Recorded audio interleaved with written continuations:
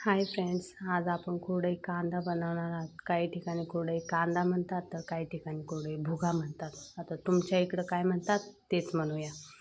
तर मी प्रथम कुरडई घेतली, तिला तोडून घेतलं. त्याच्यानंतर त्याच्यामध्ये पाणी टाकून व्यवस्थित धुवून घेतली आणि नंतर परत दुसरं पाणी टाकून तिला भिजायला घातली.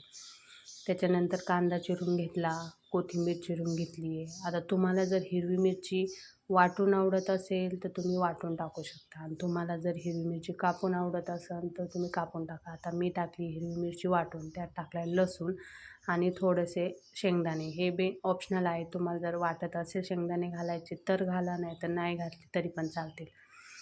आणि मग ते घेतले मी वाटून. नंतर तव्यावरती मी चपात्या बनवल्या होत्या पहिल्यांदा, त्याच तव्यावरती मी तेल टाकलं आणि त्याच्यामध्ये जिरी मोहरी आणि कांदा टाकला.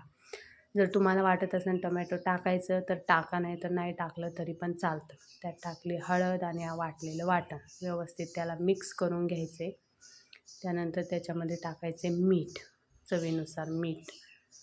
आणि मग मीठ टाकल्यानंतर आपण त्यात जो भुगा होता तो भुगा टाकून दिला आहे, व्यवस्थित हलवून घेतला. त्याच्यावरती टाकली कोथिंबीर, व्यवस्थित मिक्स करून त्यावर थोड्या वेळ झाकण ठेवलं आहे.